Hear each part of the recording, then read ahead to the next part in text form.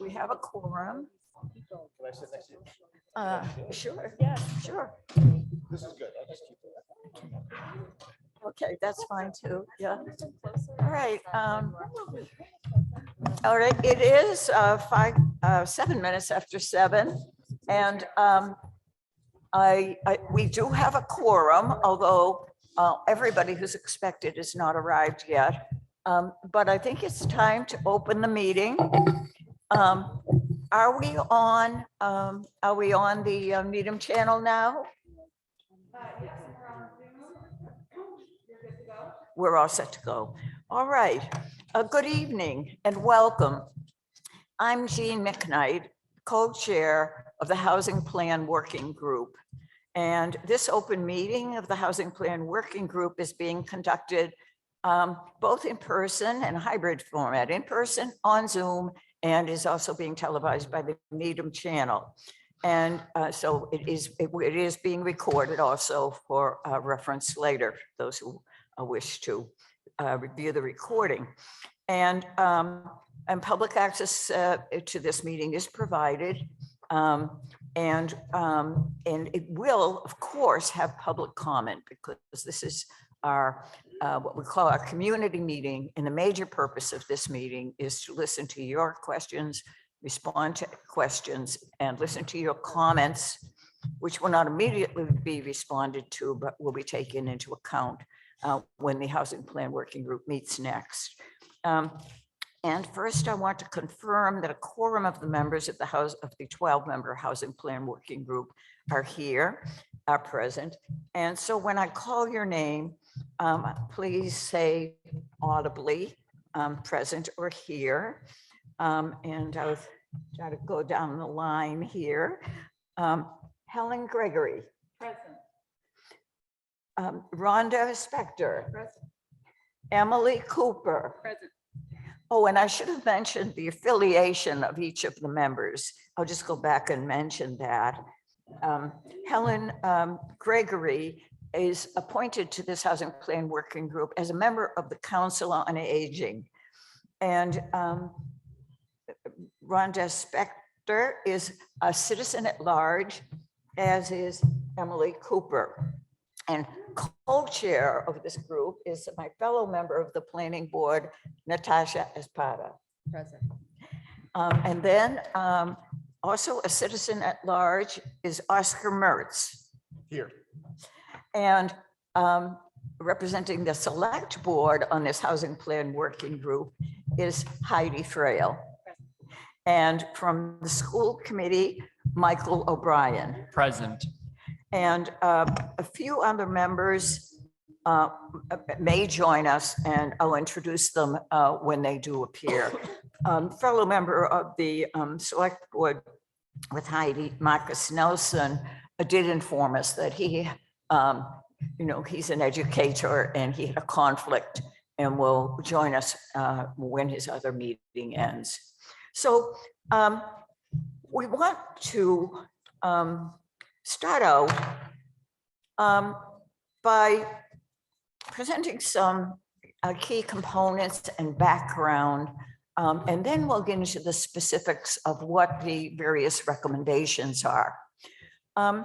So to start with, do we have the slide up with the key components of the planning process?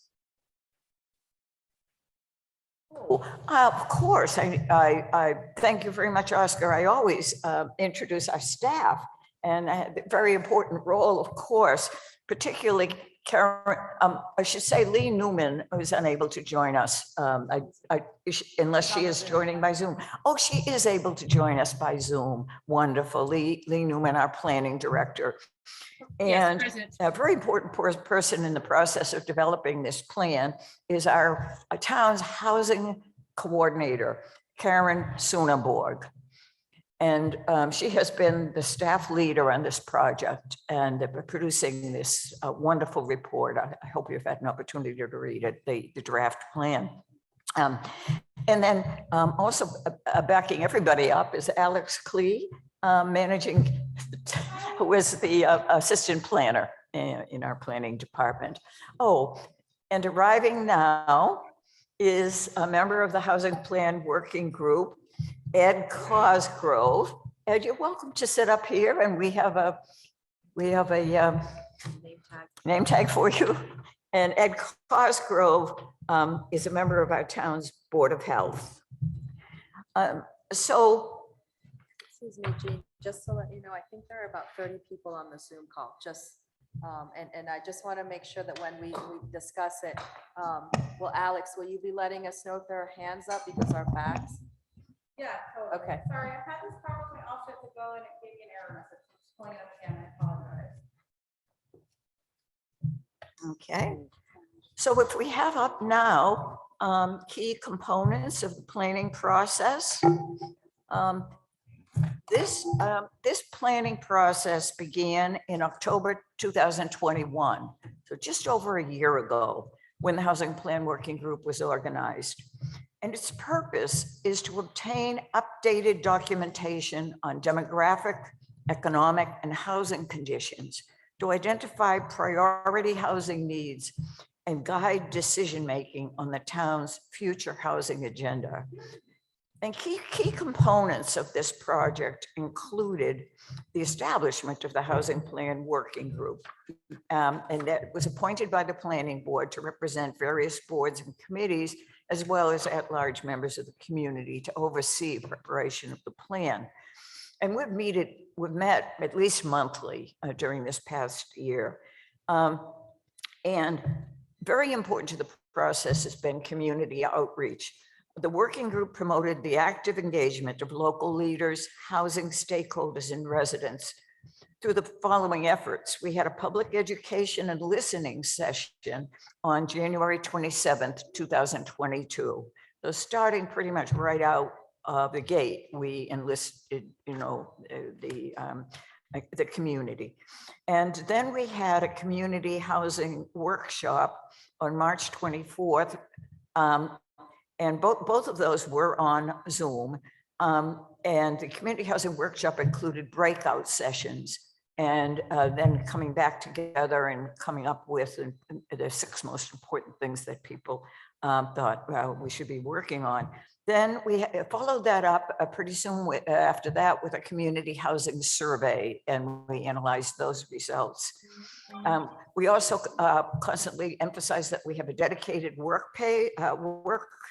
web page, excuse me, and particularly for the benefit of the public. I should have mentioned that in my introductory remarks. And that is www.needhamma.gov/housing plan 2021. And also I want to mention written comments.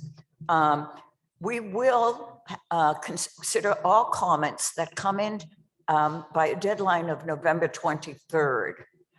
So after this session, if you have something else you want to tell us, don't hesitate to communicate. And that means would be planning@needhamma.gov with a subject line, Housing Plan Working Group. The working group also established subgroups as we went along.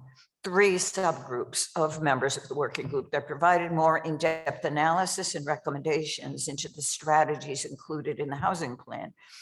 Subgroups had public meetings that were posted, and the categories were zoning, which of course I was involved in, love zoning, and housing development and preservation, and capacity building. And each of those subgroups had about 3 members.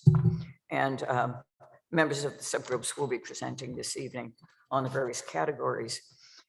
So I want to start off by talking about what housing does the state count as affordable in Needham? Because of course, housing planning isn't all about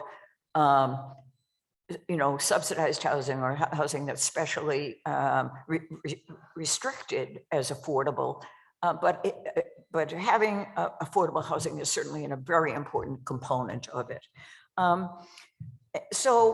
Of course, we had the 2020 census to work with, and Karen Sunderberg was a marvelous analyst for the US 2020 census.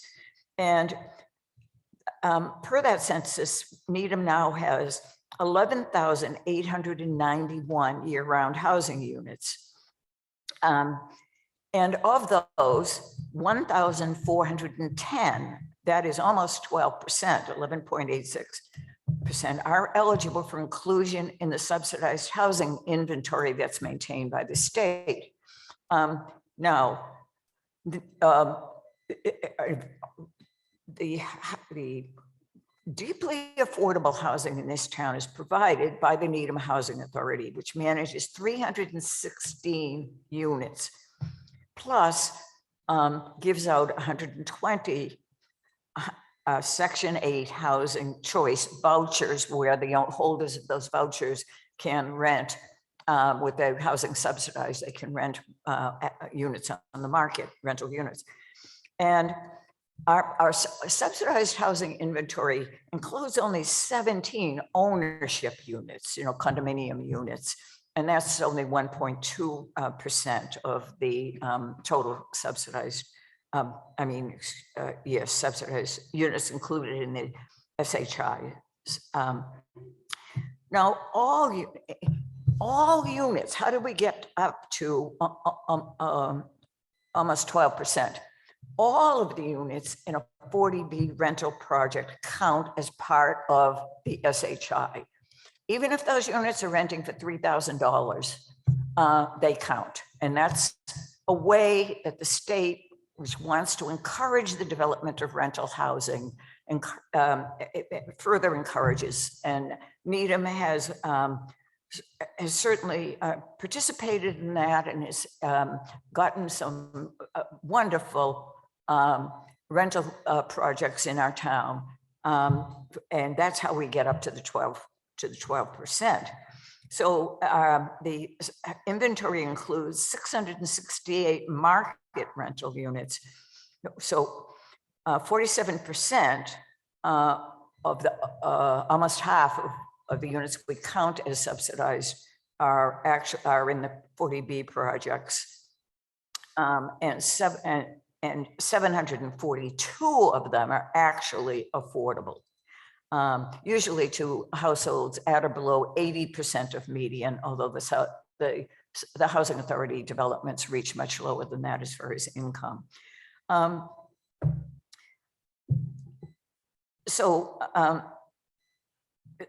It actually comes down to 6.24% of housing units in the town that are affordable.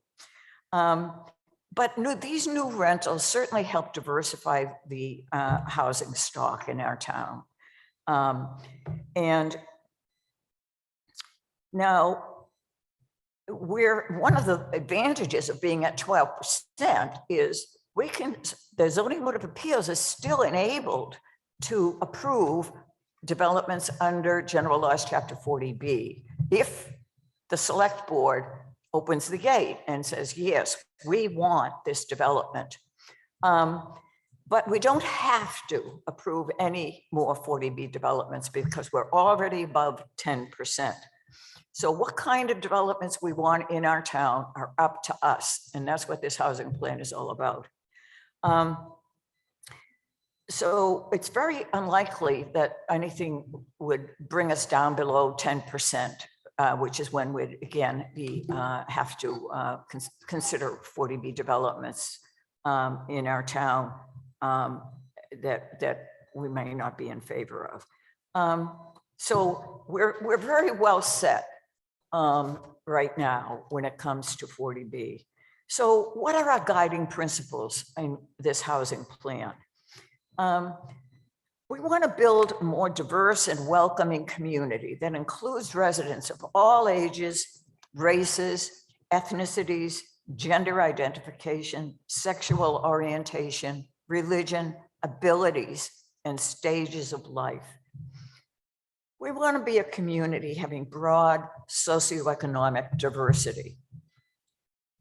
We want to be an engaged community that actually actively shapes a vision for its housing future. And that's also sensitive to regional considerations. We want to ensure that new housing is appropriate to its location and context and provide opportunity for different housing types of a broad range of size and price, and to enhance the vitality of our commercial areas to encourage walkability, commuting by public transit, shopping, services, socializing, and health. So these are priority housing needs per the 2020 census data. The housing plan includes a lengthy and very interesting housing needs assessment that identified unmet housing needs across a wide range of incomes in our community and types of households. So what's our targeted priority arising out of that assessment? We have an estimated housing production goal of 80% of new units produced as rentals versus 20% for home ownership as starter housing or opportunities for downsizing. And these priorities are based on a number of considerations, including that almost all state and federal subsidies are directed to rentals, making it more cost effective to respond to the needs of the community's more vulnerable residents by that means.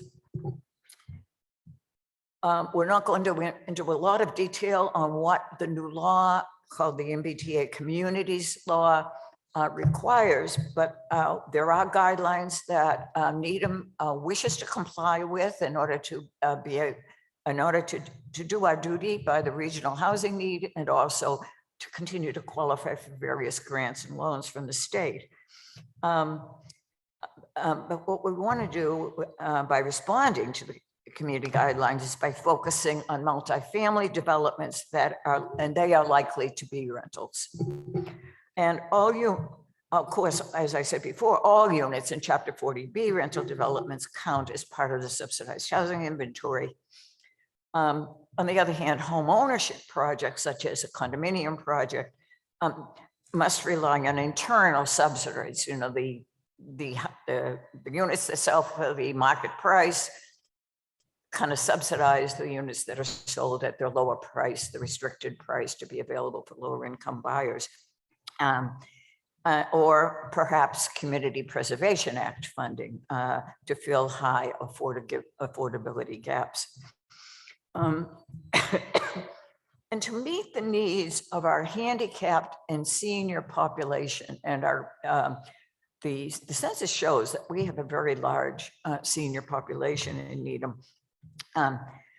We have a housing production goal of integrating handicapped accessibility and/or supportive services into at least 20% of one-bedroom units produced and 10% of all other units.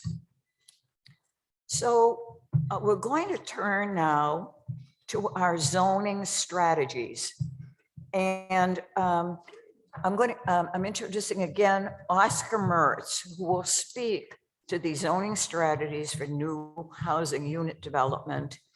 And then after Oscar speaks, I'll speak to promoting greater energy efficiencies, and I'll turn to another speaker regarding options to control tear down activity. But Oscar, on the zoning strategies, the floor is yours.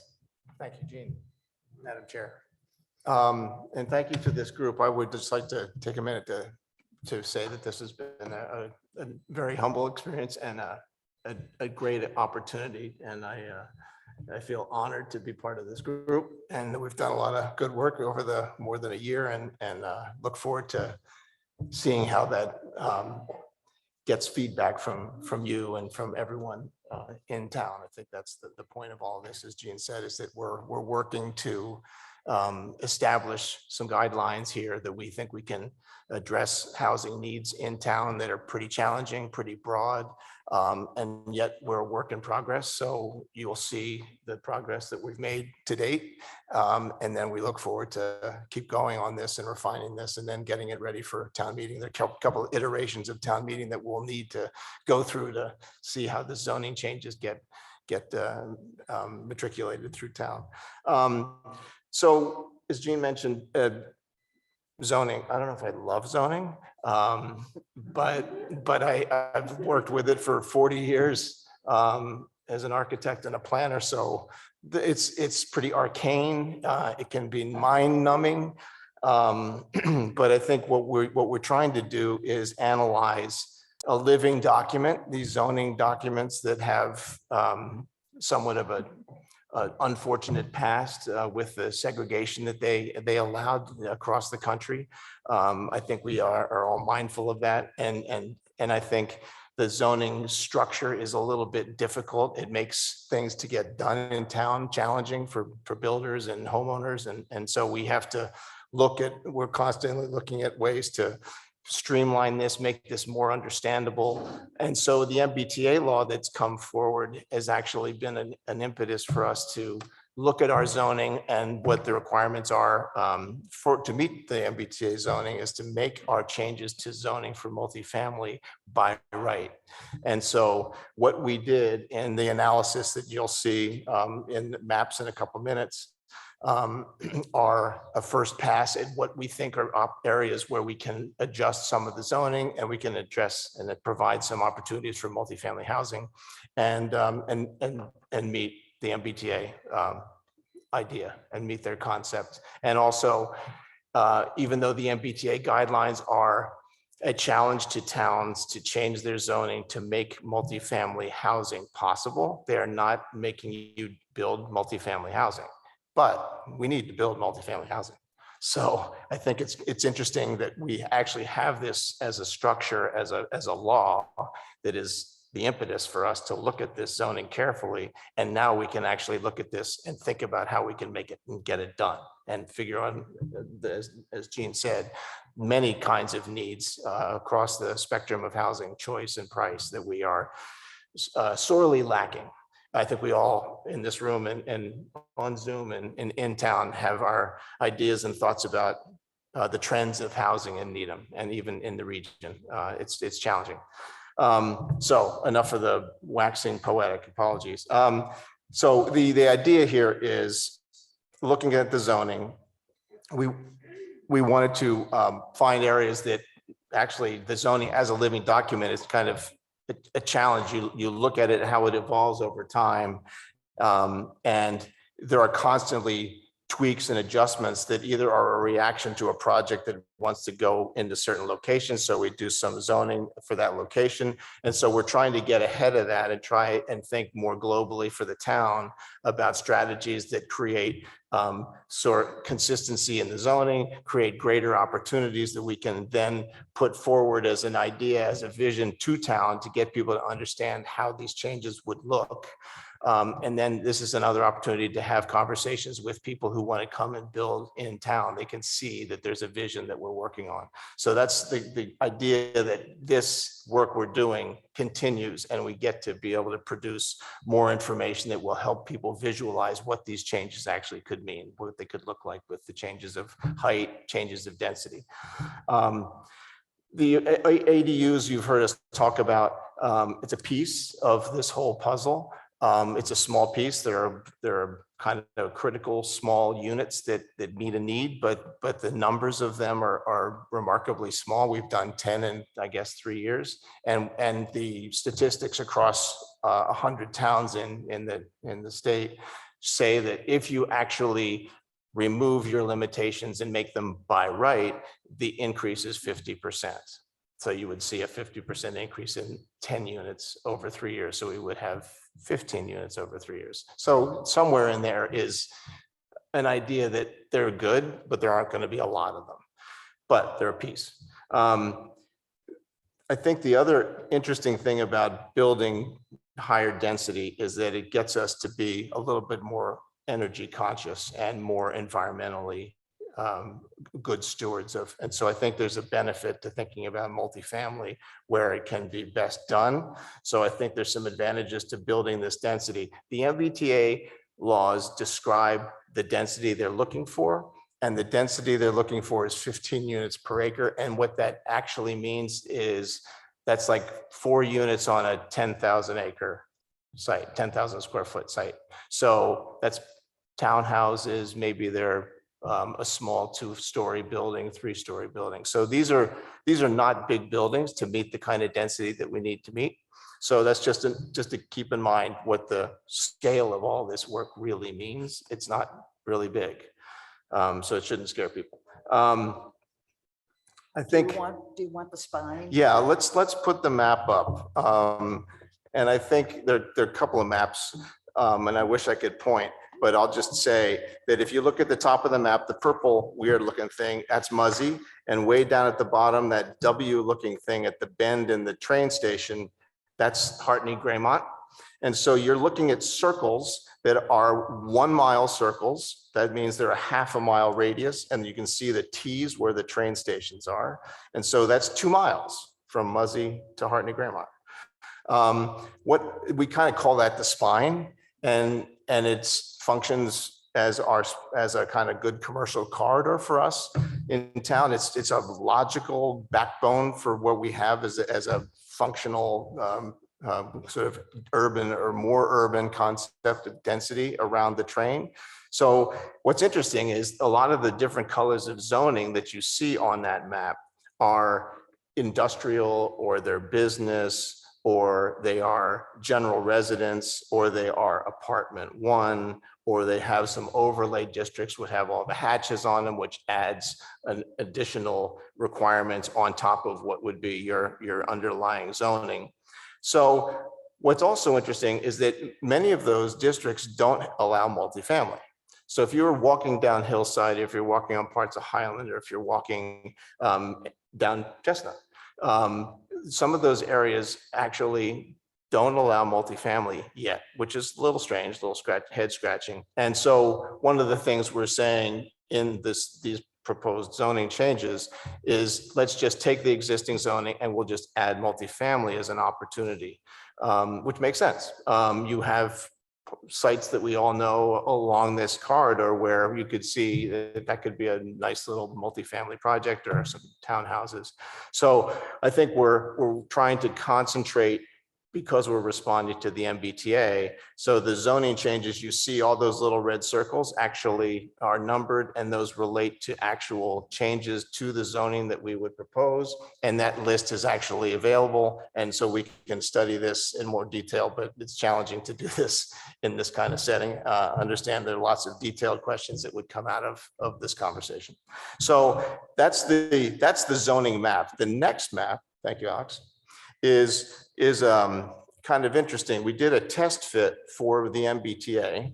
And so what you see up there it's really hard to see, I apologize, but you can see that this is superimposed exactly over that same map. So you got Muzzy up on top and Hartney Graymont down at the bottom. And so you can kind of see the blue zone down in the middle third, bottom third, right below the yellow box. That's downtown.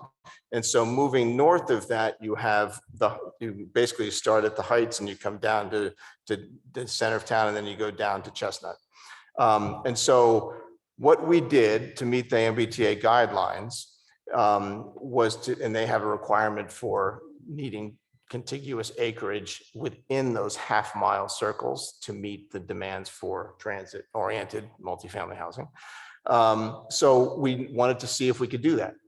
And so when they say they want that acreage, they also claim they want 25 of those acres to be contiguous, meaning they touch. And so we actually can do that. May I interrupt that for 1 Yes. sec? I've said for months, the MBTA guidelines require us to have at least one area of 25 acres that is contiguous. I mean, contiguous can be across a public way, 2 sides, that's still contiguous. The MBTA put out guidelines, excuse me, not the MBTA. the Department of Housing and Community Development. And they're having a series of seminars, webinars to explain these guidelines and answer questions. Of course, my hand was right up. And I was corrected when I said we have a requirement of 25 contiguous acres, because the DHCD person said, oh, but you said that at a density of 15 acres, 15 units per acre, Needham would have to have a total of 120 acres zoned for multifamily housing. I said, yeah, that's right. Well, then you need 60 contiguous acres. Oh, boy. So we went back to this map, and I think we can do it. But I do want to correct that 25 acres, because that was a Yes. shock to me Yes. that I just learned a few weeks ago. So, and the DHCD has an elaborate system for us to check, and they have formulas that will help us do all the calculations, and that whole process gets started in the next year, early next year. So this study was just an interesting back of the envelope check to see if we were in striking distance. And so what all of those colored areas represent are the zoning areas that are already basically could allow for multifamily. So they're industrial, they're business, they are already apartment one, or they are something that we would convert to apartment one, like the Hillside School. And then there are areas that are basically in Chestnut Street and overlays where we're simply saying, if there was multifamily and it was by special permit, then we're going to say that multifamily is now available by right. So we're basically trying to meet the letter of the MBTA law, and then we are looking to see how we could do that. And so this is sort of an encouraging first step, but it needs more analysis and more discussion to see if this is the appropriate kind of target. But what makes sense to me, and I think to all of us, is that so we sort of gravitated to this logical zone where we have all of our train stations and we already have density. So it is a logical place to add in density. And it's interesting that we actually didn't have multifamily in these zones already. And I think, Gene, you said, I think originally in the original zoning, our urban areas or the denser areas of town were all multifamily, and that was actually changed. So The town's original 1917 zoning map, all of the business zones in the town, very similar spine to what we have now from the Heights to the center, allowed multifamily zoning by right back in 1917. So in a way, we're going back in history here, 100 years ago. But I think I want to mention particularly that in 1980, Needham undertook to rezone areas for multifamily. And I was working as a planner in Framingham at that time, and Needham was considered a very progressive community when it came to zoning for multifamily. And I live in one of those developments. I live in the Rosemary Ridge condominium, and you have the Petrini Lake Apartments, and you have the Highlands, along Highland Avenue near St. Joseph's Church.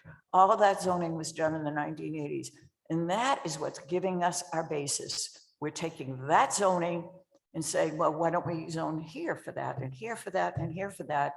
And in our business zones and industrial zones along this strip, we'll allow multifamily by right with the exact same density. It's actually in our bylaw, 18 units per acre. That's what our bylaw has for the apartment A1. So that's what we're talking about. You can go, and see those developments around town. You look at them, you say, yeah, that's what they're talking about. Okay, Sorry to I interrupt think there. that's about all I have to say about the zoning for tonight. But it's a lot to talk about, and we'll have many more conversations. And I look forward to that. It's going to be easier to look at maps together, I think, at a table. And as long as that spine's still up there, there's one very important piece of data. It's in the yellow, see that yellow block? The yellow, not the other one, the next one. See the yellow block?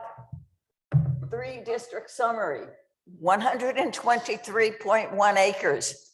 We got it. Remember I said we need 120 acres. We got it. All right.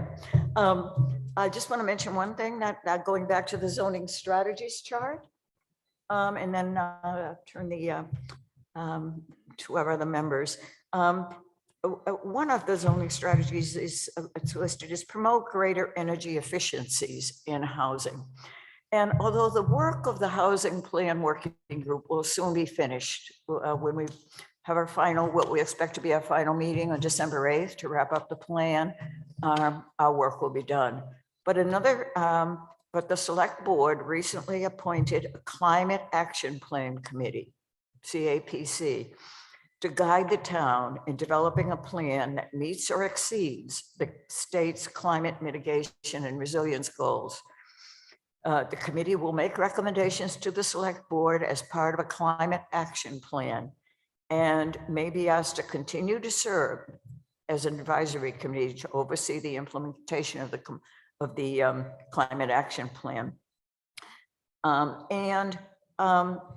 The housing plan working group has just one recommendation in its housing plan with regard to this, that the climate action plan should include actions that might ease zoning and permitting requirements to incentivize energy efficient and environmentally sustainable housing development. One of the actions under early discussion by the Climate Action Plan Committee is as of right zoning for solar installations. So I didn't want to forget just to mention that. And then I'll turn over to Emily Cooper. And Emily Cooper was on the, I'll put up on the screen, the housing development and preservation strategies that she will address.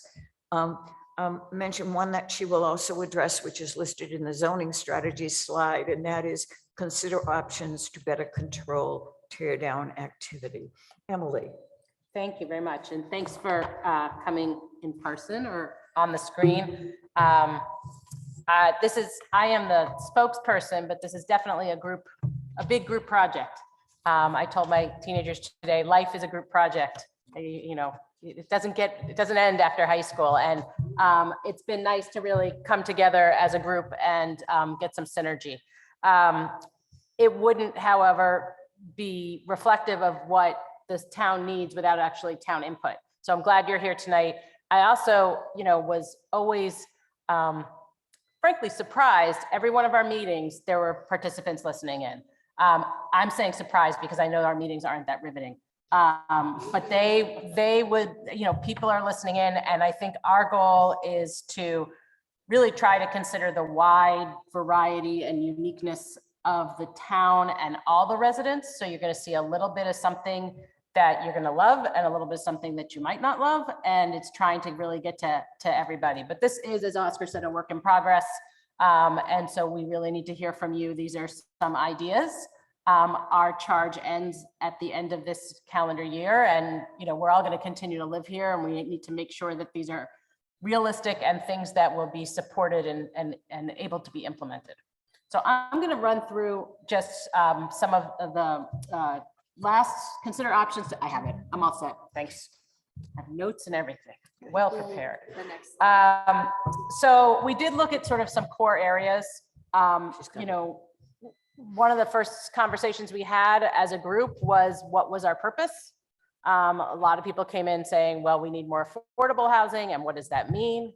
And does affordable mean that, I can afford to buy a house here for $800,000, which isn't that easy to do right now? Or does affordable housing mean that people with very low incomes can live in the town? And I think we tried to do a little bit of both. And so we really heard that the houses being torn down and built big and expensive was concerning to some folks.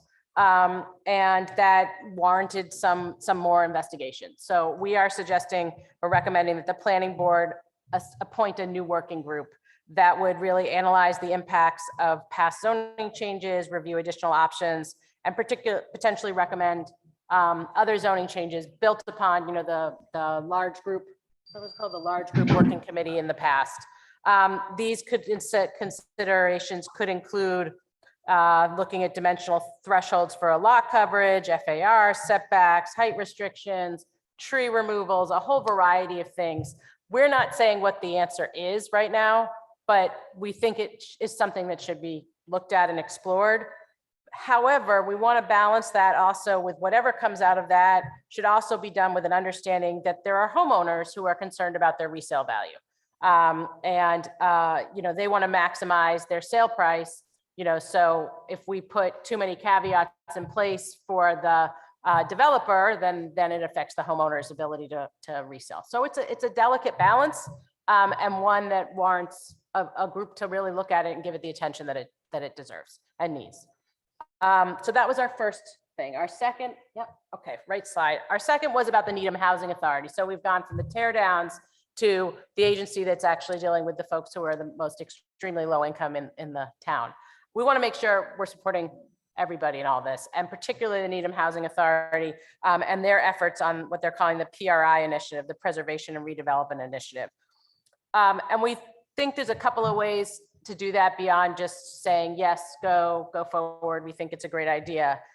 We want to make sure that what gets created, that's anything that's new, is really affordable to people who are at 60% of the area median or less, and that it is reflective of the population that they're serving, what the older adults, younger people with disabilities.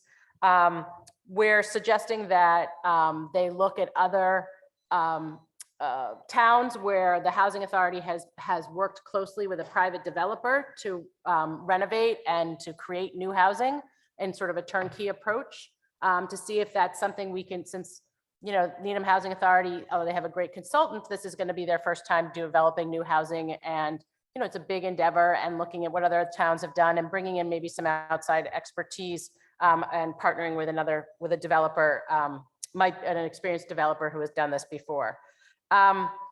We also want to make sure that there is a clear and formal process for soliciting input from existing residents that's kind of over and above whatever the town does. As a town meeting member, we've heard a lot about Needham Housing Authority and about the residents and this is wonderful news that we're going to renovate. We want to make sure that everybody feels like they have a voice on an ongoing basis. So it may make sense to put, this is my theme, working group. It may make sense to pull together another working group that is really working hand in hand with the Needham Housing Authority, in between that and the town, to make sure that that there are clear communication, there's coordination of efforts. If there's CPA funding needed, it's not something that, you know, that it's something that's very transparent, and that we can continue to support these efforts, because we want to make sure not only is the housing that they have when they renovate it of good quality and with input from the residents, but anything that they create that's new, it also works for residents here in Needham. The third thing we were looking at is particularly two very kind of small and boutique programs, but really important. And one is a small repair grant program, and one is a safety at home program. And both of them are around health and safety issues. And we feel like they're kind of small but mighty, and should really be continued and maybe even expanded. So with the small repair grant program, we want to make sure that it is appropriate, that we look at it to make sure that it doesn't need to be modified or tweaked to ensure the program remains responsive to community needs. And the Needham Affordable Housing Trust, we suggest making a request for additional funding actually for this program to make sure it can continue to operate. The Safety at Home program, which was through the Council on Aging, was discontinued. And we think that it's something to look at again to see if whether or not we could reintroduce the program. And if additional grant funding is unavailable, maybe the town could even consider looking out to other resources or providing through donations or other sources. We felt like these two programs were worthy of continuing and even expanding if possible. We want to make sure, under strategically invest and leverage local resources, we're recommending that 22% commitment of the CPA funds for the creation and retention of affordable housing in Needham. We're also want to be thoughtful about that, in that there are other communities that are doing affordable housing, and we're not doing that much here. So how do we bring in some of those developers, and how do we bring them to hear from them in a way that we can hear about, we can do the zoning, but what else is it that we need to do? What else would make it attractive? What other models have they pursued in other communities? We heard a lot, and I think rightly so, about older adults and people with disabilities and people with special needs, and got some great recommendations from CPAC, really well thought out recommendations that we made our job, frankly, a lot easier. And we want to make sure that we are, again, learning from what's around us. So there are special needs housing in Brookline and on the Cape and in other places that have used these sort of group models. And we want to look at them and say, can we do that here? Can we sponsor a meeting with all of these sorts of providers to say, what would it take to do that in Needham, particularly for our aging, our young adults who have disabilities, who have lived with their family, who might want to live more independently in the community, and it might not be that affordable. There is a plethora of housing for older adults that is either assisted living or actually housing with services that's not assisted living, that's going on in communities around us. And I think it's important for us to, again, bring those here, see how they can be part of it. Looking at ranging from housing with programs connected to services, such as the PACE program, which is offered here in Needham now, or I want to mention Rogers. There are agencies like Two Life Communities right over the border in Newton runs older housing for older adults. It's not assisted living, but you would think you were in assisted living with the amount of services that are provided. So there are other models out there that we need to learn from, and if we can bring them here and learn from them and see if we can replicate it. All of these things, depending on what we learn from people, we might want to consider making CPA funds available. And I think it's really important that we're staying on top of every opportunity that comes out of the state and federal government, because we are, there's a lot of new money coming out for housing, and I'm not sure that we are taking as much advantage of it as we should. Example is right now there is funding out there through what's called the Section 202 program to create affordable housing for older adults. And we need to be able to be poised to take advantage of those opportunities when they become available. The Stephen Palmer building. Folks know where that is. I had to tell my kids, next to Greensfield. So everybody's got some thoughts about what the Stephen Palmer building should be. It's clearly something that needs another committee or working group to look at. We are recommending that it continue, whatever happens with that site, continue to be used for housing. I think other people have other opinions. We are the housing group, so obviously we're going to suggest it counts for housing. We think an assessment is needed to determine the infrastructure and improvement needs, to determine whether or not there's capacity or ability to support additional density there, and to determine the feasibility of making it affordable housing. All of this should be done, however, with the current residents in mind, minimizing displacement. We don't want to turn around and at some point their rent has gone up threefold or something like that. I promise I only have two more. We early on came up with, we have a great map for zoning, but we really don't know what land is available to build on, whether it's publicly owned or privately owned. And for each piece of land, why we can't build on it, and can we do something about that, right? Is it deed restricted by the state, and so we'd need to go to the state and ask for this, or we'd need to get legislature changed. So in one of the ones we looked at, it was in Newton. They have a very comprehensive inventory of every parking lot, privately owned, old gas station, whatever it is, with an assessment done of criteria of the size of it, the ownership, access to services, is there presence of wetlands or environmental constraints, how is it deed restricted, and what would need to happen in order for it to, besides buying it if it's private, or if it's public, what would need to happen or need to be changed in order to make it into housing. And the last one's an easy one. This is the easy button. We just think we should waive the fees for affordable housing. So any development that includes affordable units, we feel like we should waive the permit fees on in order as a way to incentivize developers to create affordable housing. So I think I've talked enough. Yes, Thank you very much. You're welcome. I'm going to turn Emily. it back over to So you. We're also at the one more subgroup report, and that is on capacity building. And my co-chair, Natasha Espada, is going to present capacity building strategies. And then Natasha will be moving into the question and answer and comment period of this meeting, very important part. So Natasha. Thank you, Jean. So thank you all for coming here, and I see we have a lot of people online as well. One of the things so we had 3 subgroups, and we had a lot of talent. We had about 12 people in the committee, in the housing plan working group, and we divided it up into 3 different subgroups because we have a lot of talent and we wanted to make sure we utilized it well.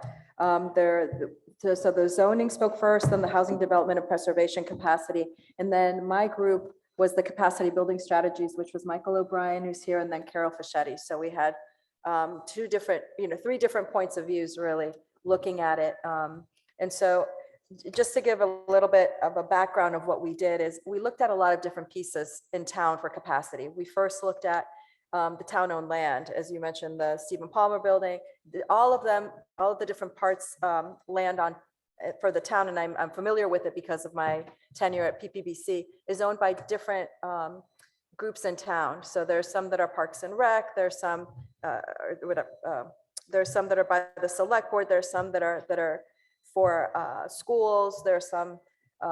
So I think that's kind of a holistic master plan approach that has to be looked at, but it's something that we looked at overarchingly as they were doing the zoning plan.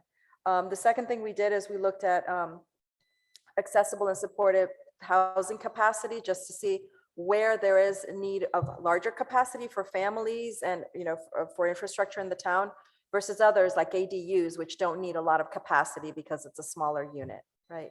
We looked at the school master plan, and I know it's ongoing right now, and what is the capacity that's going to be needed for the schools? And so adding housing, how does that impact it? The same thing with traffic, and we were thinking that there needs to be kind of a more holistic traffic study, not just project by project, but kind of understanding the impacts of traffic, which come up in every single planning project we ever look at. We also looked at supporting NHA initiatives and what the capacity for that would be.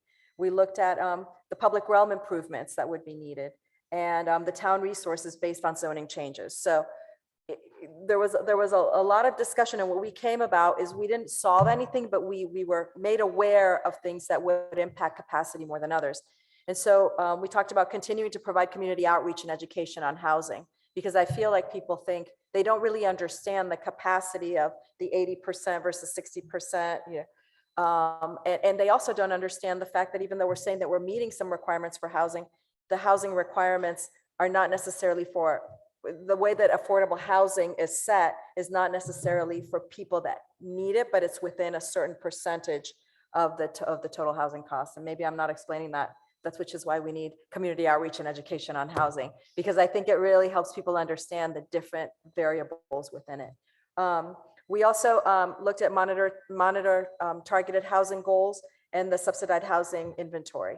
And how do we do that? Identifying impacts of housing proposals.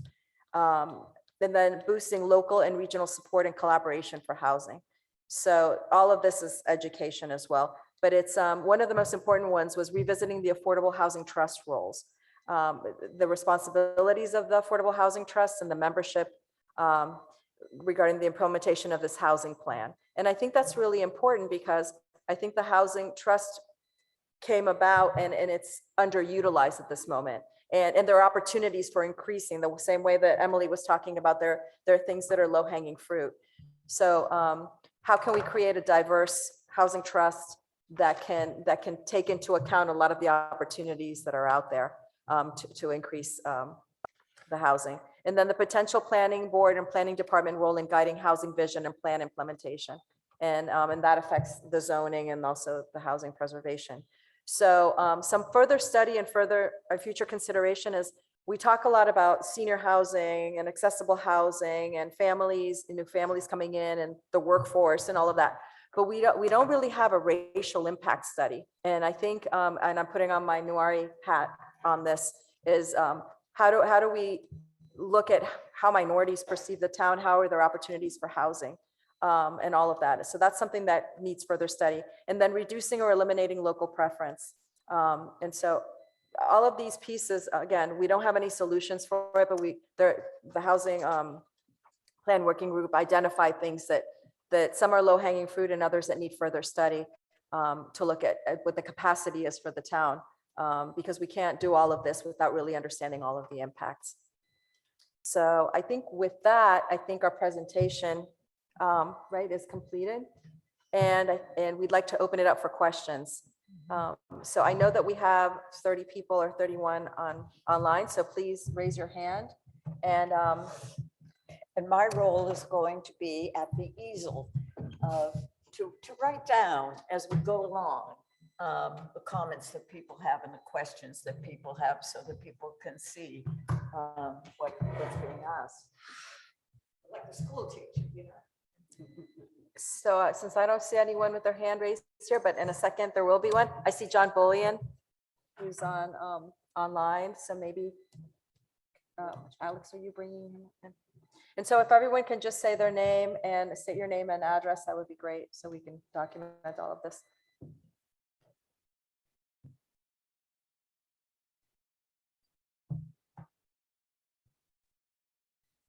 So John, I see that you're in, but, okay, you're turning on your camera. Great. Thank you. Thank you. Thank you all. I have several comments, questions.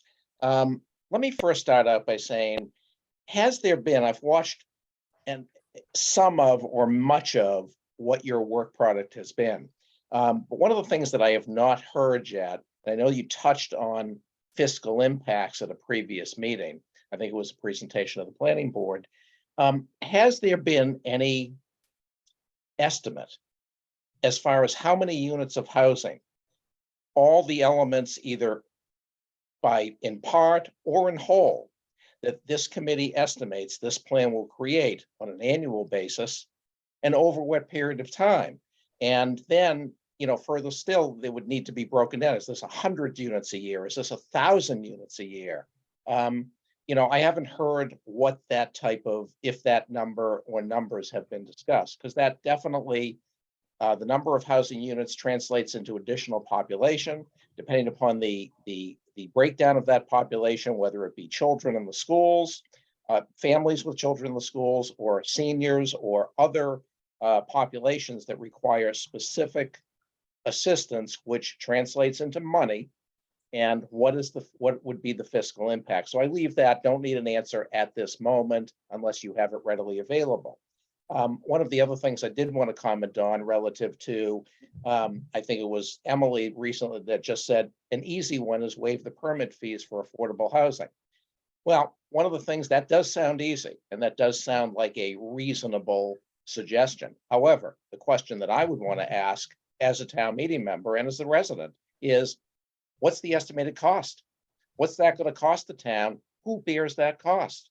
One of the things that I heard from your previous presentation, one of your previous presentations, is that there are 24 or 25%, if I got that correct, people that are spending 30% of their income on housing, which I think everybody agrees is high, and that as we move forward with this plan, either in part or in whole, we need to understand the impact, not only on the town, but the town that's going to break down into how's it going to impact people that live here, senior citizens that are living here, senior citizens that are bearing the brunt of an inflationary cycle that we're in, some of whom are living on Social Security only.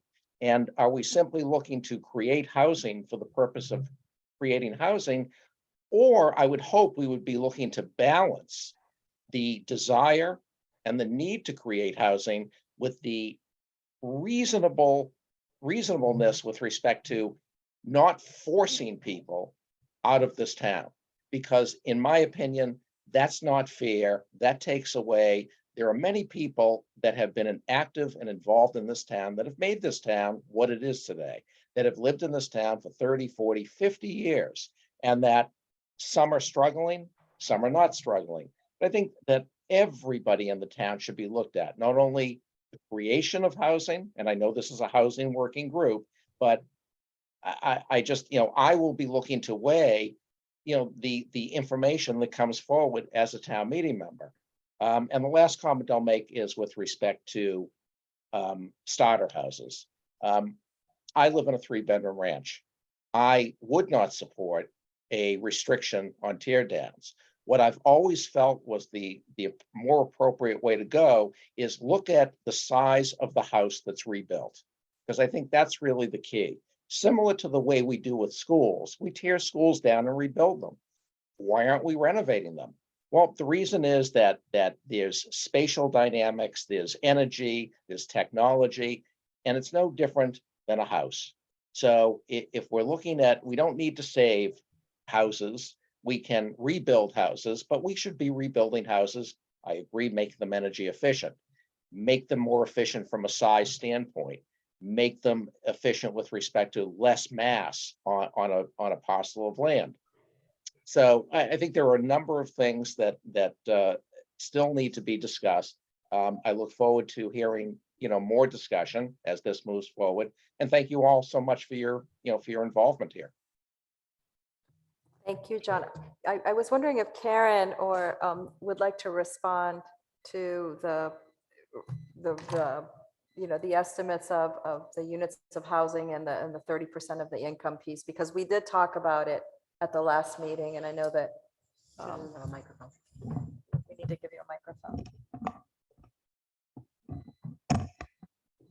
Well, we did have some, we did some estimates. We looked at if all the units in the SHI were actually, oh, thank you, were actually affordable. There's a gap of about 436 units. And looking at that as a longer term kind of goal for production, for at least 10 years. So that's kind of our first stab at coming up with an estimate. And then we tried to break that down, rental versus home ownership and size of units to try to get at different types of households. So we did take a stab at it. And it's in the draft plan, and we encourage people to look at it. And if there are specific comments on that, to provide them, pass them on. And Karen, I think there were one bedroom units where the majority of them, just in the sense of capacity, which I think is what John was asking also, right? I mean, and then the percentage of, a lot of them were at 80 and at 60%. And yeah, we broke down kind of just as general goals, 80% rentals versus 20% home ownership, for the reasons that were some of the reasons and considerations that were included in the PowerPoint. And then we did do some breakdowns of unit sizes with 1-bedroom units generally targeted to seniors or those with special needs, and then 2 with small families and 3+ for larger families. But I mean, that was just kind of a general orientation, and we tried to kind of take that 436 unit longer term goal and break it down into a table, a matrix. And Don, what do I'll we? just add something quickly. Thanks for your comments and your questions. Yes, that's really much in the forefront of our minds, but I don't think we've understand it enough yet to really be able to pinpoint the number. But I think the need to have targets for the different kinds of housing is critical, because otherwise we're not going to know what to monitor. And so it's a combination of understanding where we think the opportunities are going to be, and then to be able to work with local developers and local community groups to understand what it is we're trying to meet.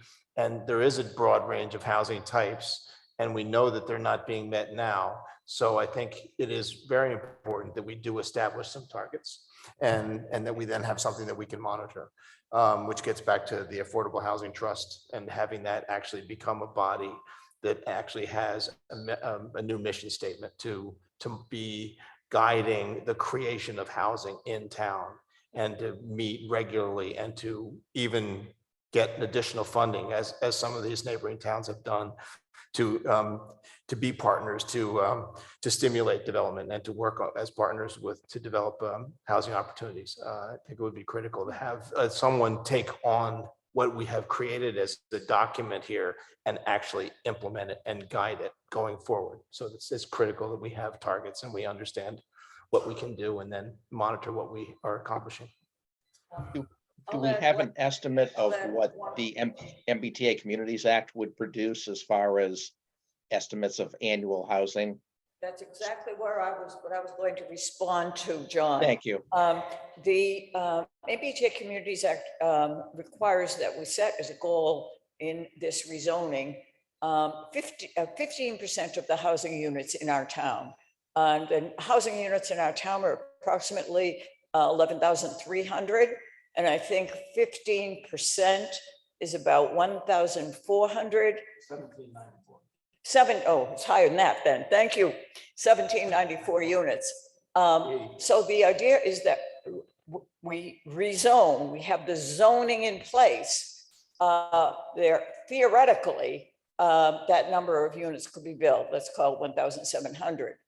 Now, will a developer come? I mean, this is a difficult thing to do when you have areas that are already fully developed and maybe perhaps developed at what the general economy market thinks is the way they should be developed. That a developer will come along, tear that building down and put up multifamily housing. But that is what we're zoning for in order to comply with the MBTA Communities Act, the ultimate goal of 1,700 units. And Lee, did you want to add any information? Because I know that there are areas that have opportunities for affordable housing, and we haven't seen many developers make proposals for it. Right. I mean, I think we did major rezoning in Needham Center and a major rezoning along the Chestnut Street corridor in 2009, increasing the density, the height, enabling multifamily on upper stories. That multifamily, I think, was enabled by special permit. And yet we've only really seen a handful of projects. So I think even when you establish the goals through rezoning, when Jean's talking about the zoning actually enabling approximately 1,700 units, the zoning sets the table, but the underlying economics and people's ownership of properties and how they're being utilized don't necessarily lead to the stampede of that conversion happening. Thank you. Okay, so thank you, John. Thank you for your comments. And I know that I think Carol wanted to. Great. Thank you. So please state your name and your address. Thank you. Hi, I'm Carol Patey, 32 Linden Street, and I'm here tonight to present some comments from the League of Women Voters that the board has approved. So thank you for the opportunity to comment on your draft housing plan and your work, and thank you for your work in pulling this together. Great detailed information on Needham housing conditions and a wide-ranging set of ideas for implementation. The League has positions related to housing based on studies at the national, state, and local level. And in a nutshell, they support affordable housing generally and locally support some specific positions, such as using the Stephen Palmer building or its site for affordable housing, among other uses. We are pleased with your recommendations as they generally align with our positions. We have provided you comments in writing, but I will highlight a few of them. We support fully meeting the MBTA community's guidelines and appreciate the innovative thinking, particularly, for example, rezoning for apartments in select spots. Regarding the town-wide inclusionary zoning, we support requiring all new housing or mixed-use developments of 6 or more units to provide 12.5% of their units as affordable units. We believe the Affordable Housing Trust Fund is an important and underutilized resource, and are happy to see that you believe local options to increase their funds should be considered. Our local league is doing preliminary work right now to start a study on the Affordable Housing Trust Fund over the next year. We also support broadening the requirements for accessory dwelling units and greater energy efficiencies in housing through the Climate Action Plan Committee's efforts, including incentives for energy efficient and environmentally sustainable housing development.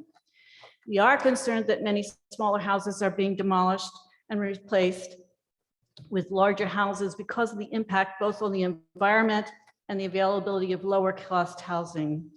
We encourage options that would reduce this activity through zoning and suggest determining how other nearby towns have been successful at this.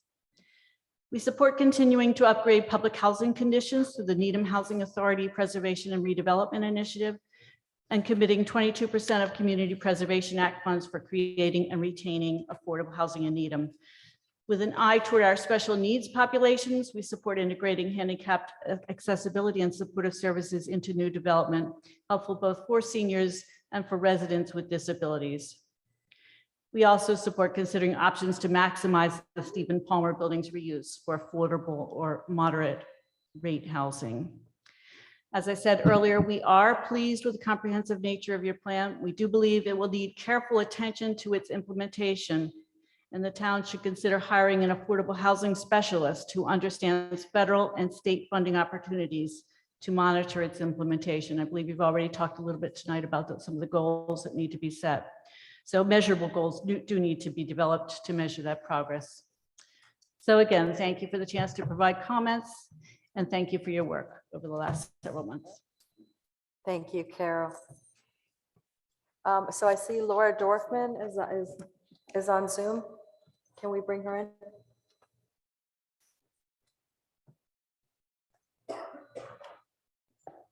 I should have said when people speak, it would be helpful if we also have their address in our town. For our records. Thank you. Hi, everyone. Hi, Jean. Thank you so much for this opportunity. Thank you for all the work you have done. I know it's been at least a year, maybe. I remember I discussed this earlier on as belonging to this committee, and I couldn't do it, but I'm so grateful for what you guys have done. So I'm speaking as the chair of the Historical Commission. I just wanted to quickly mention that on page 6 of the slide presentation, there is a bullet point labeled "Consider options for tear downs," and there was never any really more discussion on that or any comment. So speaking as the chair, we have a demo delay bylaw, which based on our research is very forgiving. Most towns, we have a 6-month demo delay, and that's only for properties listed on a historic inventory, either the town's inventory or the state inventory. Most towns have at least a year. They may also impose a restriction based on the age of the property. And while I understand this is not about historic properties, the unintended consequence of these demo delay bylaws are that affordable homes and smaller homes and lower priced homes are being torn down with no protection whatsoever. So I am an advocate for reviewing that demo delay bylaw. I've done research. I've got research on peer towns and what they do. And I'm happy to have a discussion with anybody on this committee about how maybe changing those bylaws could help support this committee's initiatives. Thank you. Thank you, Laura. Can you state your address also? Oh, so I'm we sorry. can have it? Yes, 66 Jarvis Circle. Okay, in- great. Thank you. Thank you so much. Is there someone, Artie? Hand up. Thank you, Natasha. Artie Crocker, 17 Fairlawn Street, Needham. A couple of questions. Excuse me for a second. Let me just pull them up. So as some of you know, I'm kind of big on trying to keep in tree preservation.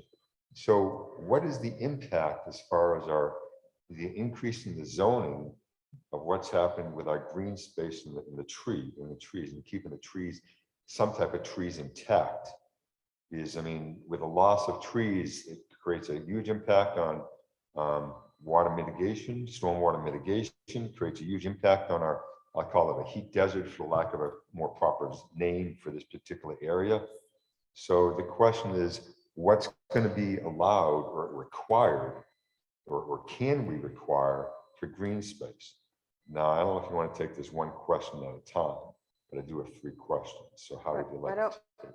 Why don't you go through all 3 of them, because we want to make sure that we hear from everyone. Okay, So we sure. might give you some short answers. We don't have answers to all of this, Okay, but we just want to make sure that at Sure. least we hear all your questions. If we can answer Okay, something quickly and make sure. sure we sure. get to So everyone. the other question is, there was talk about affordable housing.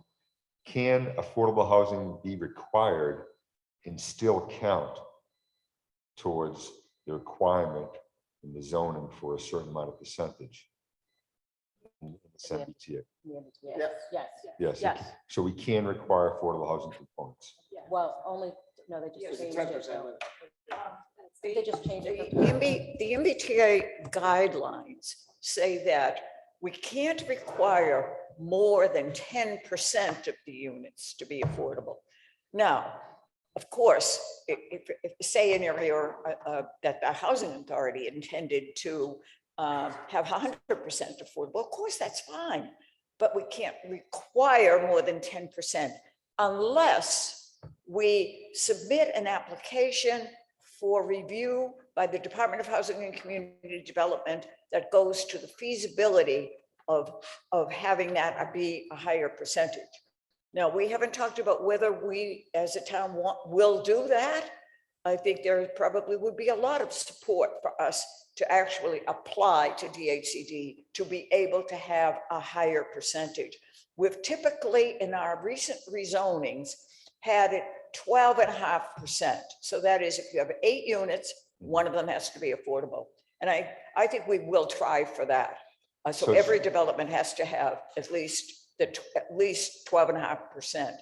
But the guidelines now say 10% unless you get permission from DHCD. So the challenge being, if you're going, let's say plot by plot, here's a homeowner who wants to do a four units. Well, I don't think we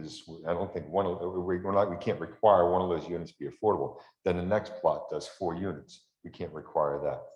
It's like, yes, We don't want to speak to every single thing, but I would like to respond to that, to say that I think as a member of the select board, I would be very excited for the planning board to establish a townwide overlay district that would allow for inclusionary zoning all over town. Okay. That would also be very compelling as far as DHCD guidelines are concerned, as a way to increase our floor from 10 to 12.5% if it's townwide.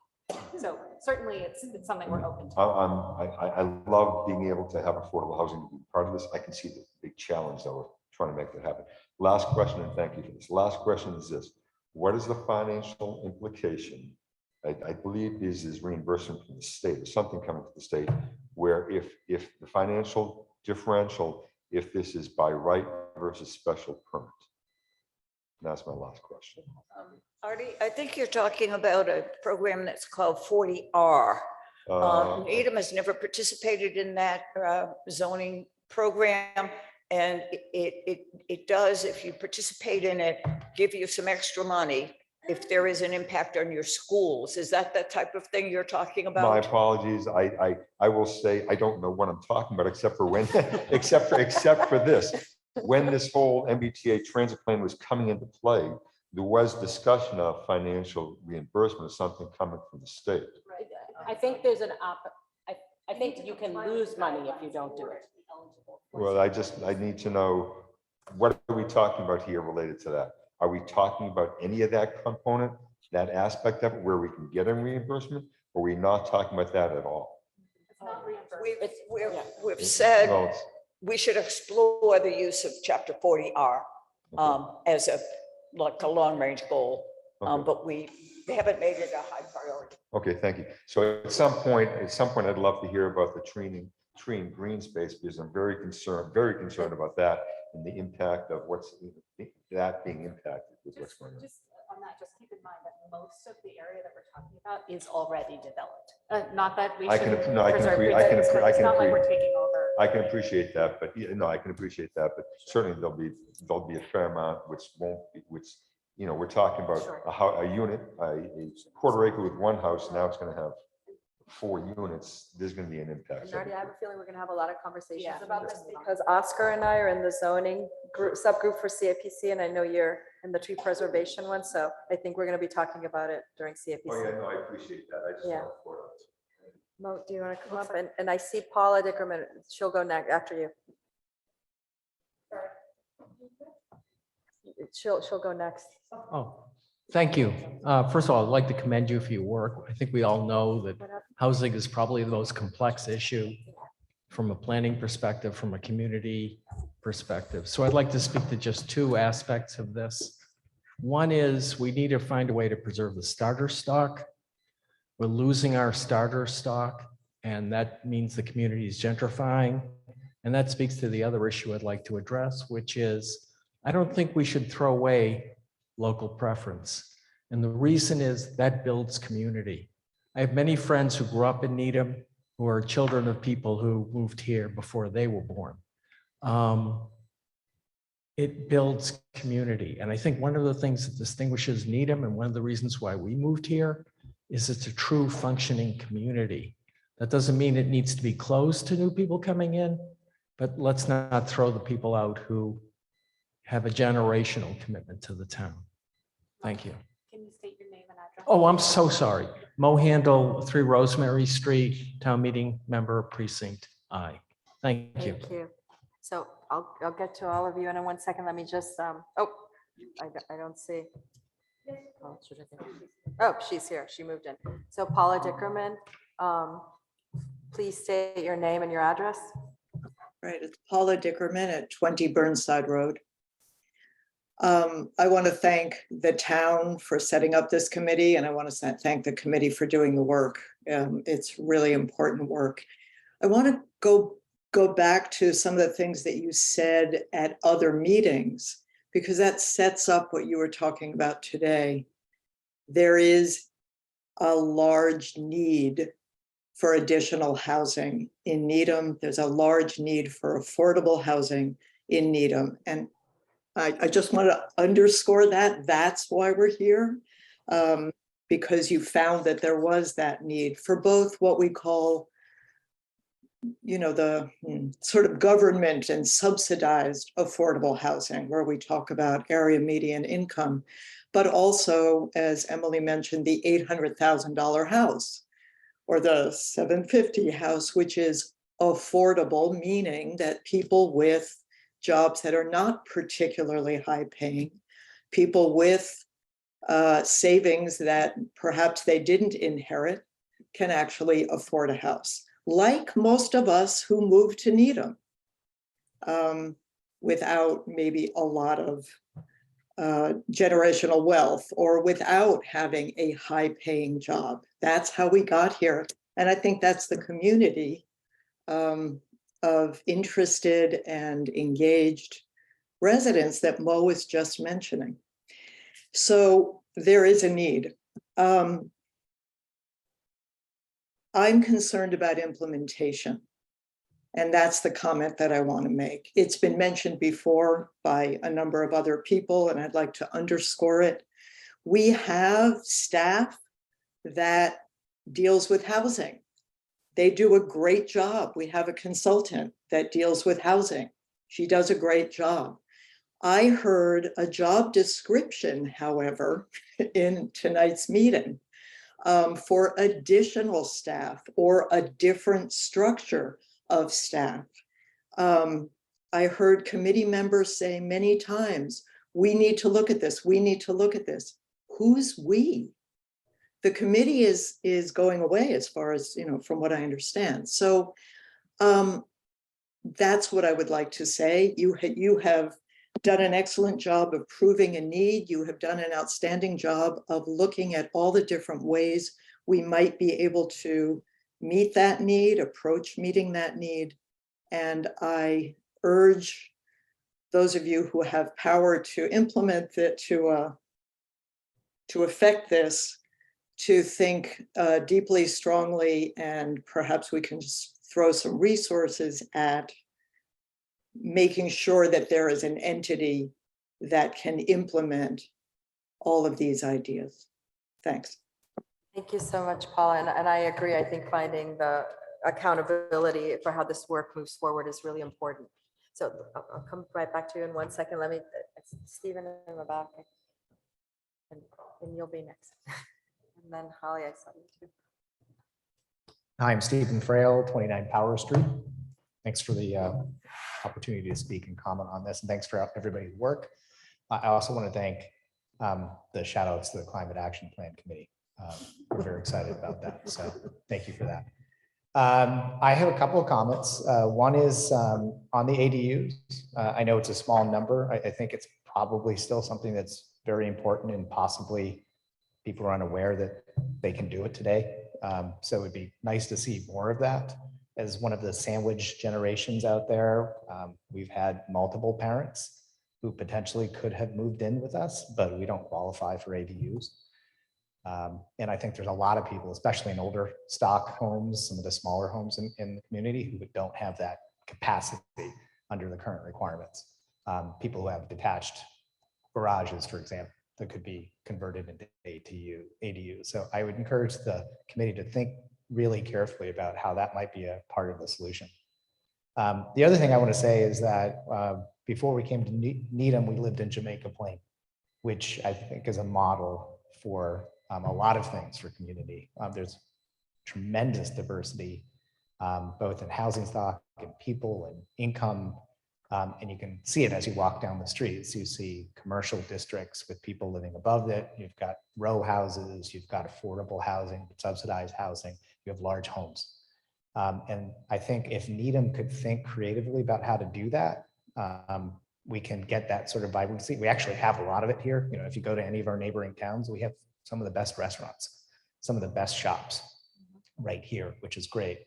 One of my concerns about the zoning and the business districts is how do we keep that as we add more affordable housing? And I don't know if your mixed, the multi-family addition in those districts could potentially crowd out some of the businesses there.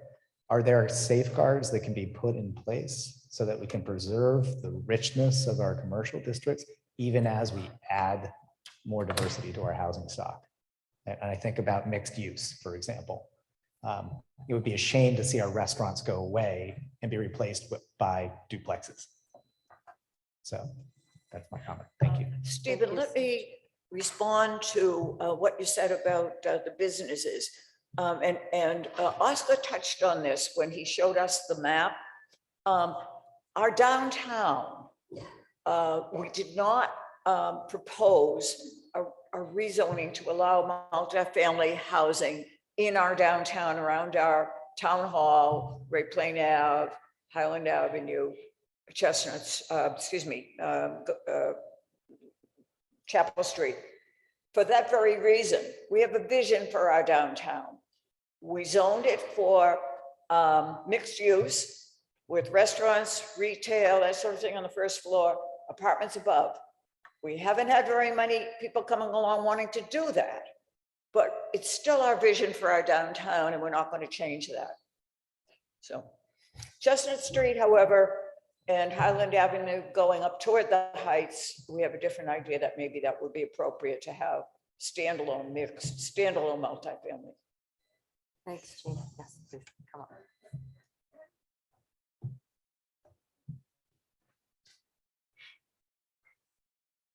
Bob Smart, 25 Mayo Ave. I was on the planning board for 10 years and I've done some development work as a lawyer here in town. I was involved with the project, multifamily project to redevelop the old Needham Theater. And that ended up being the 4-story building there on Dedham Avenue. And my experience is that our town and our planning board and various others have been a little bit obsessed with making sure that the number of parking spaces is adequate for projects. And I think I think we've gone overboard. And I hope that the committee is going to consider changing the number of parking spaces that are going to be required for multifamily housing from 2 or 1.5 down to 1. It makes a huge difference. Just basic math, and this is kind of, from this project we did at the old, where the old theater was. If you have, the problem with developing housing in the downtown is you don't have very much room for parking. You just don't. It's not there. And if you have, for example, you have room on your site for 18 parking spaces. Well, if the requirement is 1.5 parking spaces, right, per unit, you get 12 units of 12 residences. If you drop it to 1, you get 18. It's a huge difference. And I think that it's a major, that the parking requirements that we impose are a major disincentive for people that want to develop, particularly in the downtown. Thank you, Bob. Yes, and then Holly. Yeah, sure. My name is Jan Soma, 106 Mark Tree Road. I'm representing the steering committee of Progressive Needham. And I'll share an abbreviated version of a letter that we sent to the Needham Housing Plan Working Group. So Progressive Needham is committed to working towards a vision of shared prosperity, racial and social justice, good government, and environmental sustainability in Needham and throughout Massachusetts. We advocate for policy related to affordable housing. In the most recent legislative session, we supported bills in the legislature that, if passed, would promote affordable housing investments, would empower cities and towns to impose a fee on certain real estate transactions to support affordable housing. So hopefully some of what we do might help fund what you're trying to do. So thank you for the opportunity to comment on the draft Town of Needham Housing Plan. First, we would like to commend the Needham Housing Plan Working Group on their excellent work in developing a very detailed, data-rich plan and for conducting a transparent planning process with ongoing opportunities for community input. It's extremely helpful that the draft plan provides the underlying data that led to the plan's findings as presented in the priority housing needs and housing strategy sections. So we strongly support the results and the community housing survey that identifies maintaining a very diverse and welcoming community as our highest priority for the town of Needham. Makes us proud of you. We also endorse the housing plan's premise to create housing opportunities that will not only be affordable to low and moderate income households, but will remain so for as long as possible. So I'm going to try and shorten this up a little bit. We support all of the proposed strategies, including those for further study and future consideration, and believe the following are critical priorities: comply with the MBTA community guidelines, adopt townwide inclusionary zoning, broaden requirements for accessory dwelling units, consider incentivizing new housing development in areas that address smart growth principles, and to consider options for better teardown activity, better control of teardown activity.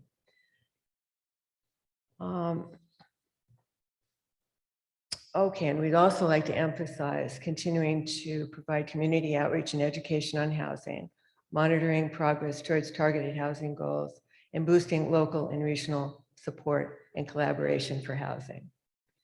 Progressive Needham very much appreciates the efforts of the Needham Housing Working Group and welcomes the ongoing opportunity to engage with others in addressing this very serious affordable housing challenges that face the town. Thank you so much. Thank you so much, Janice. That's great. Holly, thank you. And Jen, could that be emailed as well? Oh, you did that already. Wonderful. Thank you. Hi, I'm Holly Clark. I live at 1652 Central Avenue. I am a town meeting member too. I'm from Precinct D. So first, I just want to echo what many people said. I think the work you have done and the way you have done it is really, really commendable. The amount of outreach you did to try to get input from the community and your ability to listen and incorporate it is really a model for how we could all work together and get to understandings of ideas and include other perspectives. And I was very happy actually to hear Oscar, you commented tonight how this project may be coming, where this part may be coming to an end, but as the work actually goes forward and as people try to implement it, that there will need to be a continuation of this process. And again, I just really think it is important that we open ourselves up to hear other people's perspective, because I think we can all learn. And I think having avenues for town residents to get involved in projects early will be really helpful in getting people to feel listened to and to buy in and to support whatever comes out. The other comment you made was that, you know, you might like something, you might not like something else, but if people feel they had a chance to speak and influence, then I think people feel respected and can embrace change that goes forward. So having said that, I hope, or I wonder if you all can figure out a way to do a roadmap so that other boards and committees or the next committee will be able to kind of emulate this. And I really do mean it. I think it's a model of how to bring people in and build support. I think also that what comes next is the next thing. Like, what will it look like? What should Needham look like? Like, let's have the trees. I think that was really important. And I noticed in reading your report or your draft of the report that you seem to try to draw a line, that your charge was to figure out housing. You noted that there were other things that would be impacted, like the unintended consequences, but to try to kind of stay in your lane and not go there.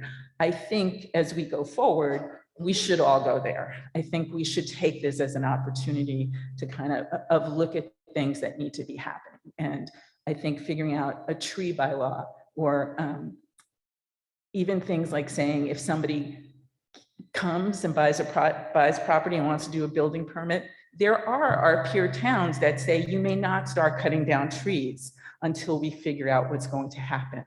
So that is something that we should, I think, take an opportunity to improve our general approach to permitting to be better, just better. Natasha, you talked about impacts and you considered traffic. I think anybody that has paid attention in town to any of the new projects come in recognize that traffic is a huge problem. We're developed. We don't have wide open space to say, great, we'll put in more housing. Lexington, for example, has a zoning provision that talks about this is the traffic study you're going to do. If you're going below a traffic level of D, for those of us that have lived in traffic studies, if you're below traffic level D, the development has to mitigate that. And it's right in their zoning bylaws. And that's something that we could think proactively about, that we just know it. People are happy to have something come in, but they'd like to be able to get to work within a reasonable amount of time. And that's a serious concern, and it's a legitimate concern. So if we could use this opportunity to kind of address some of those things. And also, there are probably some systemic issues in our permitting that could be addressed a little to encourage earlier involvement of residents. And again, I think it helps people, it makes the projects better. So if we were to say, developers, when you do your application, when did you have your meeting with the neighbors? It's an expectation that you would have had one with the abutters. Our design review board, we could say, at that meeting, abutters and neighbors have a opportunity to comment, because the design review board comes to the planning board and says, this is what we think, and it's supposed to be considering how does it fit in the neighborhood. So letting neighbors come forward at that early point and say, this is one thing we think, it's an early point where it might not work. Like the development might say, sorry, no, I'm not moving. But there are a bunch of people that might say, well, wait a minute, we didn't think about that. We can adjust this plan now, and it kind of smooths the road a little bit down the road. So I just think that, I guess the overall impression I had was that this committee thought of town residents as having an integral part of this process, and not as kind of nudges that come later and need to be jumped over. And I don't think all the boards do that. I'm looking at Jean, and she's been on the planning board and has listened to folks a long time. But I really think that this is an opportunity for us to not only figure out what do we want to look like in Needham, what do we want to be, and how to get there. And that includes hearing from residents, like Mo said, that this is a community. So those are my thoughts.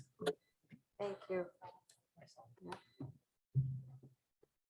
I think that's important, just the clarity of process and having an inclusive process. And I think, and I'm going to give a shout out again to the Climate Action Plan Committee, because we're trying to take whatever we've learned from this to try to include it in that process, things that have worked and that haven't worked, and try to continue to clarify it. So I think that's really helpful, Holly, to get your feedback on that. So I see Jackie Shepherd online.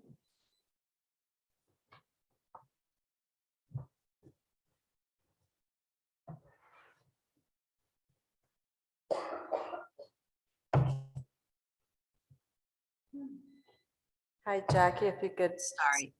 Yeah, if you could state your name and your address. Jackie Shepherd, Rosemary Ridge. I just want to speak a moment for what my daughter's perspective is, because she lives in Roxbury. And she is a very active member of what's called the Highland Park Neighborhood Coalition. And their mission is to have communities like Needham share some of the burden that Boston is, particularly Roxbury, is holding. Why don't we in Roxbury have a town common? Why don't we have more green space? Why don't we have better education? We want other towns like Needham to share some of that burden. They see it as a legacy of poverty that they live in, and would like the opportunity to rent in Needham, to perhaps buy in Needham, so that they can build their own equity and move up. That's her point of view, and they sit for hours the same way we are, strategizing how can they move to places like Needham. Thank you. Thank you so much, Jackie. Thank you.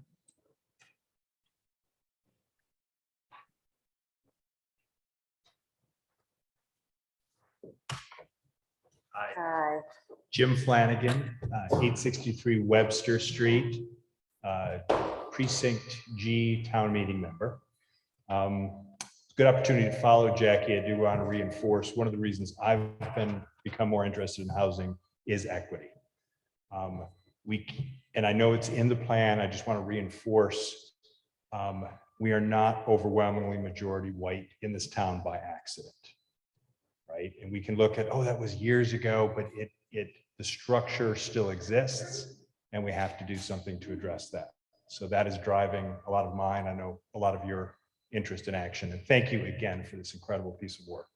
So specifically, I want to address two things. It's a yes and, again, an incredible amount of work, but I'd like to see more about the economics of transfer fees and especially better ways to fund the housing trust. When I look at the math of a $2.4 million tear down, and I think those will continue to happen. I looked at the numbers that have happened and the lost opportunity we have to gain 10 to 40,000 per home in a transfer fee. I'm frustrated that I understand the state blocks us from doing that, despite the fact that we're supposed to have local control. So I think we need legislative support. And I know many have fought for that hard. So I'd like to see that be part of the plan too. Make sure that we have that authority and ability to do that here in Needham. We can put literally millions into that affordable housing trust out of that. It helps dampen. It doesn't, also I'm for development, so it doesn't completely block that, but it helps to offset, which is, I think, a right way to do things. The final thing I'd like to talk about is equity as far as shared responsibility. I think an interesting measure would be, how is each precinct, just as a random distribution concept, going to contribute to additional housing? I know we focus on, and I think it makes sense to increase housing along the MBTA corridor, but we've got space throughout Needham, and I think every community should be adding to this. I think there's a lot of nice parcels out there that could do 8 units, smaller bungalow units for seniors, and create some interesting new concepts. Thank you. Thank you so much. Any other questions? Sure.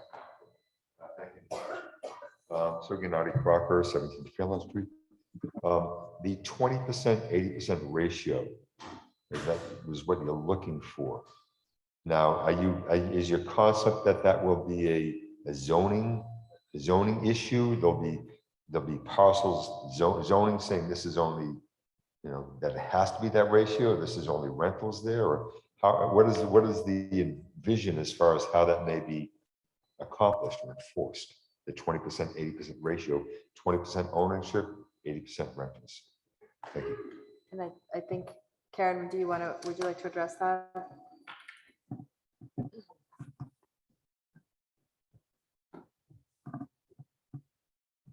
Well, we looked at a number of considerations, and some of them we went through in the PowerPoint presentation. But we were looking at where the opportunities were to create housing and rental, because there are state resources and federal resources that can come in and help finance rental development, that you can build to a greater scale and use the economies of scale to make the project feasible.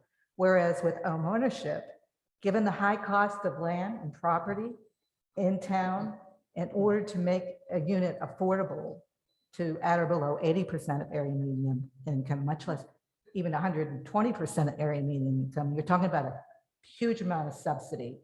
Subsidy, I think Jean mentioned that with wide affordability gaps, it's useful that in order to make home ownership feasible, you have to use internal subsidies like in its 40B development, where the market units are cross-subsidizing affordable ones, or you're talking about fairly deep subsidies with CPA or a combination of those. So it's harder to get to a scale with affordable home ownership. And it's given the MBTA guidelines and the focus on multifamily housing, rental just is more adaptable to that kind of development. So looking forward, and we look at the subsidized housing inventory in almost every community, most of the units are rentals for those various reasons. And so that's for the 80%, 20% kind of came across. It might even turn out to be what we're seeing down the road as far as new development, might even be 90%, 10% rental to a home ownership. But we thought that was a reasonable target of what we would expect to actually happen with development once the strategies become implemented, new zoning's in place, and redevelopment happens. That's what we kind of predicted would be kind of a likely outcome or kind of a goal. And although I've been retired from the practice of law for 8 years, let me venture to respond as I would have when I served as town council here and there. There's a case that came out when condominiums first came along. And that case says that as to whether housing is ownership or rental is not a proper subject of zoning. So it's not something that you can zone for. That's what the case law is, and that's longstanding case law. Adam, and I think it's 8:56. So I So I think you're just the slide last in under one. the So you're the, yeah, make it good. So Adam Block, 103 High Rock, town meeting member and fellow member of the planning board. Again, as everyone has said, I'll echo the sentiment and commend your group and your leadership for the hard work you've done over the last year. I agree with Holly that I think it's been exemplary, and the ability to engage the community in thoughtful planning, which, housing is a very challenging part to this. It's a very necessary part. I recognize that that Needham alone can't achieve the housing goals of our region, that we're looking at this as part of a regional context. And in spite of that, we have our own aspirations, our own higher ideals that we are looking to achieve. I'm not sure exactly what the next steps are. I'm not quite clear on that. But I do see a role clearly for the planning board to be able to pick up a number of these action items and to devise some very specific zoning reform over the course of, hopefully for perhaps as early as some items as early as the May town meeting, and perhaps more and more comprehensively for the October town meeting, a package of zoning reform.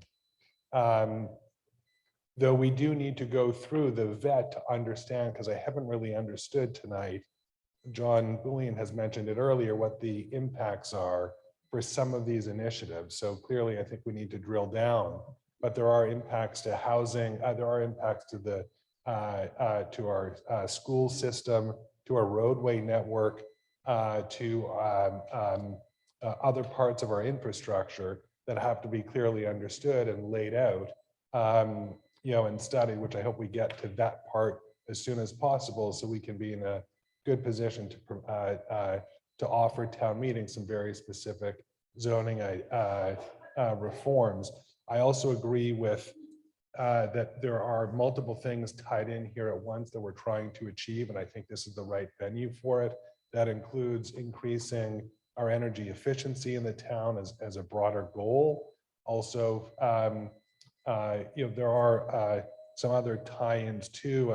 Another speaker mentioned, I think Attorney Smart mentioned, the need for reducing our parking requirements or parking restrictions, which I certainly support. And I know the town is embarking on a parking study. I hope that will be, I look forward to the results of that to guide part of the specific policy recommendations that will come out of this. And I also look forward to greater mixed use development in my own practice in real estate and being on the board.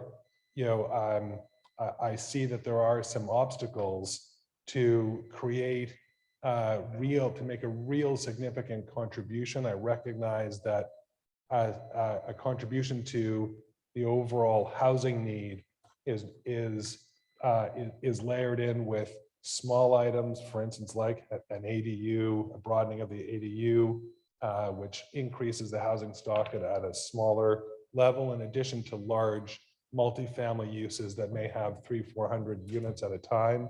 I think we need probably both of that. But in order to encourage that, mixed use development along the commercial and transportation spine of the town is the most logical place to make the greatest impact.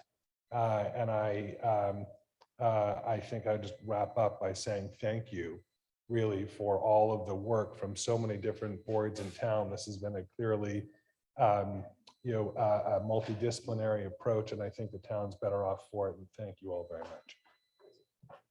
Thank you, Adam. I've just run out of paper.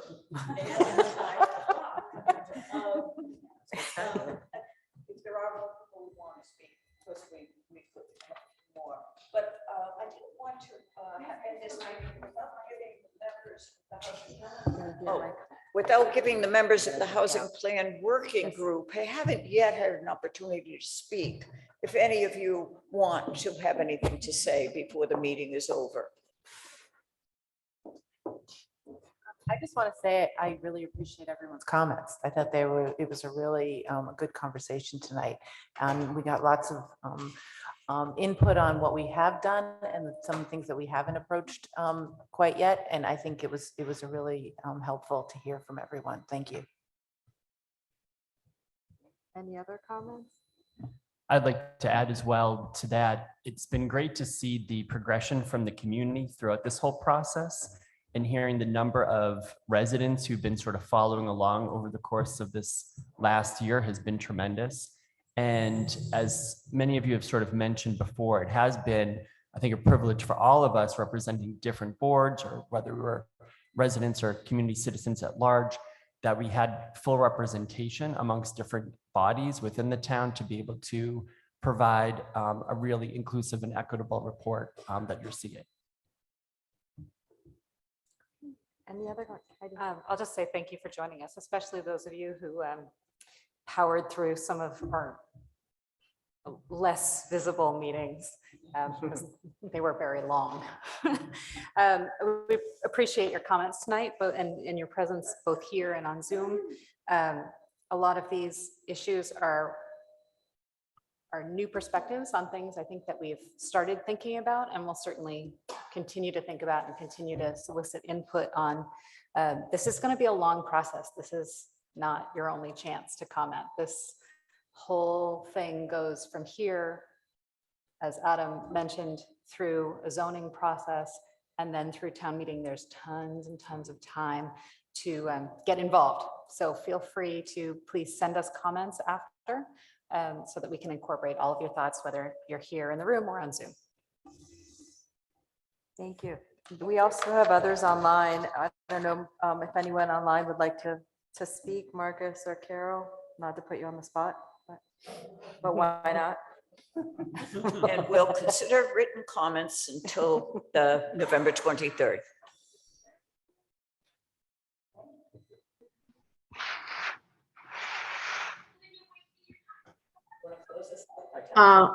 Carol wanted to say.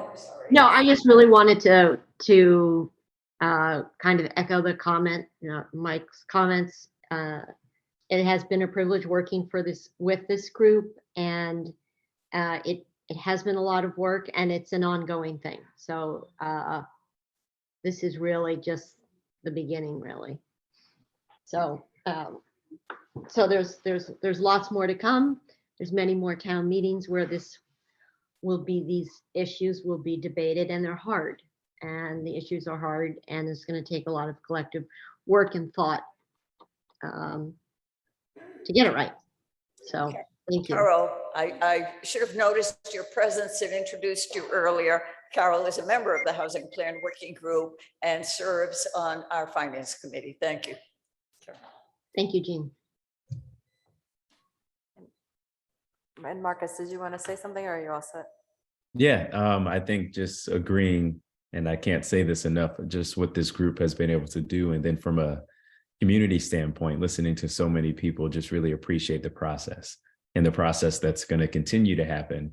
And maybe this group may be coming to an end, full time, but to still have that, the communication, the transparency, and all the things that this town so greatly values, and things that we are always working on and working through with your input. And yeah, it's just really appreciated for all of this coming together the way it has, and the generational impact this potentially can have, not just for Needham, but, the regional aspect of this as well. So thank you. Yeah, and I mentioned earlier that Marcus serves on the Housing Plan Working Group as a member of our select board. So is there a motion to close the community meeting? Motion? Second. Second, any questions, or do we need to go person by person? Yes. Sure. Okay, so we're going to start. Hold on, I have the list of people. I just want to make sure. I'm going to start with Marcus Nelson and Carol. Yes. Carol Fischetti? Yes. And then I'm looking here. So Heidi, right? Yes. Sorry. Ron Stricker, yes. Ron Stricker, yes. Okay. And Oscar? Yes. Heidi, yes. And Heidi, yes. Michael, yes. And Ed? Yes. Yes, and co-chair, yes, and Natasha Spada, yes. So thank you all for joining us. And we look forward to seeing what happens in the future, and for everyone to continue to be involved. Thank you.